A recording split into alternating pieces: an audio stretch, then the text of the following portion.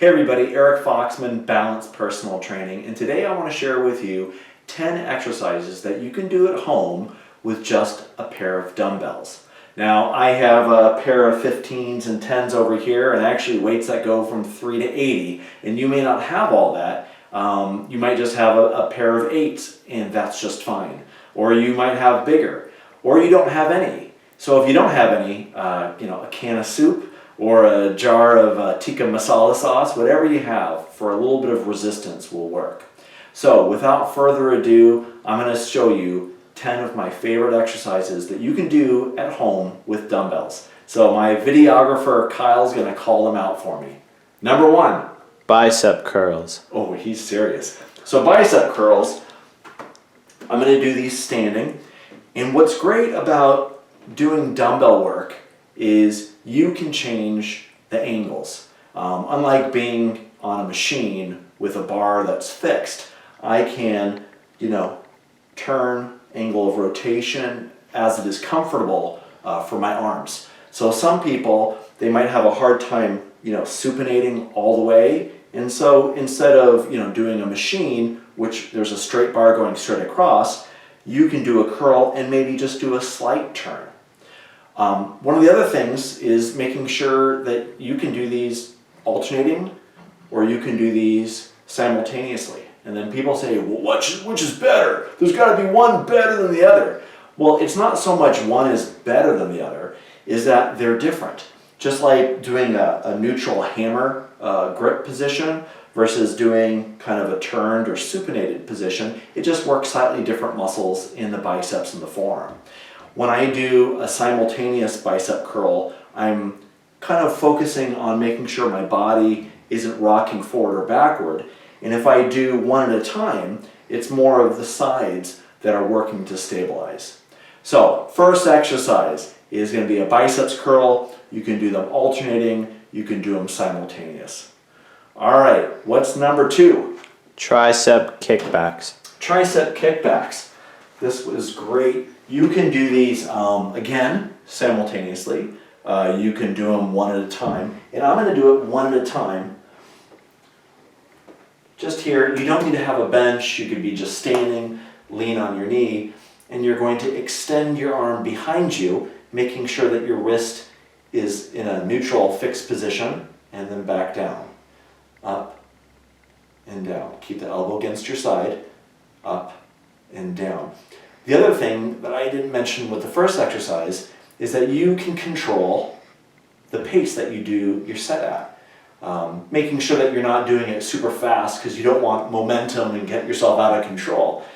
And you can do things really slow. As a matter of fact, you can make an exercise totally isometric and holding it out there, which is a killer and doesn't require a lot of weight to do that.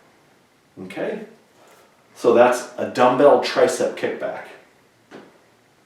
Number 3. Forward raise. Forward raise. Boy, he's serious, man. This is... And the same thing, we're going to try one at a time. And making sure that you lower the weight very slowly. You don't want it to pull you forward and then you tweak your back. Some people will say, well, how high do I go? Because if I go all the way up, that's working more traps and this. I would say, do what's comfortable. And the same thing with grips. You can do neutral, simultaneous. You can do prone. You can do one at a time. You can do it at chin height.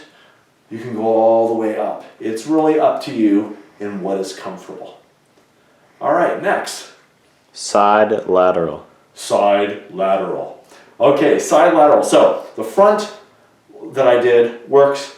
There's really 3 heads of your shoulder, the front, side, and rear, and that front strip is what we were doing with the front raise.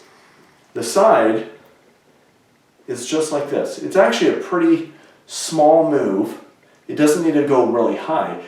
The reason I don't take it too high is when I go up higher, the traps and the neck muscles kick in. So just like this, I can take different hand positions, and again, I can do one at a time, and I can control my speed. And since I've had a couple different shoulder injuries, I prefer doing it a little bit slower. All right, next one.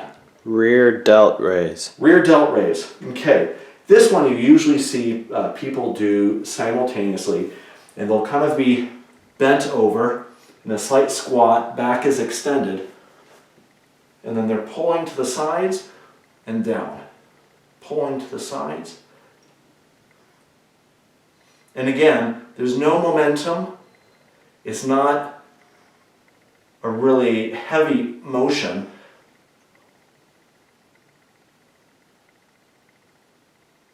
Okay.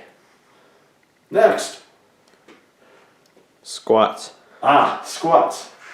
We'll stick with these, and I have the bench here because what I like to do sometimes is, as I'm holding it, is squatting down. Just feel that the bench is there, and then stand up. So often people are saying, oh, I need to squat to a 90-degree bend. And it's like, well, what happens if you squat to a 100-degree bend? Does it not work? What happens if you do, a 100-degree bend? And basically, again, it's about comfort and safety. So I like to hold here, and then just squatting, putting almost no pressure on the bench, and then standing up. I keep the weight pretty flat, maybe a little bit towards my heels, and then up. And this is a great upper body exercise as well. We'll do one more. Good. 7 heel raises. 7 heel raises. It's pretty serious business. Okay, so holding the weights here, and then I'm going to go up on the big toe, and then just down to the floor. I'm pushing off of the big toe and down to the floor. That's all it is. You could do this on a stair step. You could do this on a stool if you wanted to get more range of motion and stretch on the downward part. But pretty much it's just going up and down. We'll do one more. Up and down. And think about it too. If you're using, 2 15-pound dumbbells and then add that to your body weight, that can be some serious weight for this calf exercise. All right, next. Rows. Rows.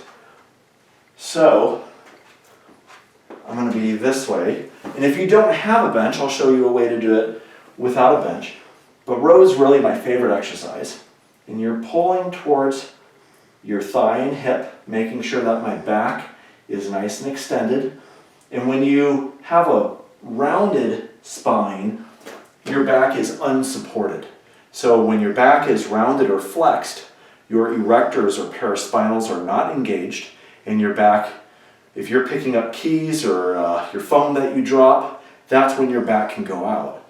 But when you're doing a pull, just make sure that you have a little extension, at least neutral. But I prefer, extension, because then all those muscles on the sides of the spine are engaged. So again, just here, and I'm pulling towards my hip. And again, you could do this simultaneously if you wanted to. If you don't have a bench, you could just, pull like that. Okay, and next. Rotation. Rotation.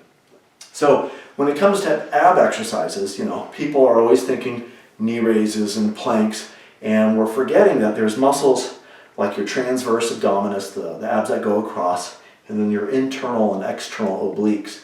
And you see too often people are going straight to hanging knee raises and doing, I would say, pretty high level exercises that increase your risks of injury. And I think all the things that I've shown you, you can keep it as low key as you want, or you can step it up and really add your own intensity. So I would just hold one of the weights, and there's a couple different ways you can do it. With knees bent, just go from hip to hip, hip to hip. And if you notice, my knees stay soft, and there's no shear stress going on like this. So this shear stress would be if I am turning, so look at the right knee. If I'm turning from the knee, but the foot stays planted, what I'm doing is I'm turning, but it's the upper body that's moving. And you can make it a little easier if you want to by pivoting, so then there's going to be no stress on the inside of the knee. And again, this is a great workout for the upper body because you're holding the weight and it's a lot going on in your obliques. All right, next. Shoulder press. Shoulder press. Again, this is something you could do seated, standing. You see people doing this standing on a Bosu. I like doing it just one arm, and again, you can decide, due to comfort, how do you want to hold it. I would warn you not to hold it this way when you do a press. You are really rotated out, and this is going to go right into your shoulder joint. There's very little support. So what I like to do is bring the elbow in a little bit, and then sometimes my hand is somewhere in here. And again, it's comfort. And just pushing up and then going to the ear. So going from the ear to ceiling, ear to ceiling. And I could do this with 2 dumbbells and going up and down, up and down. And then you can do one at a time.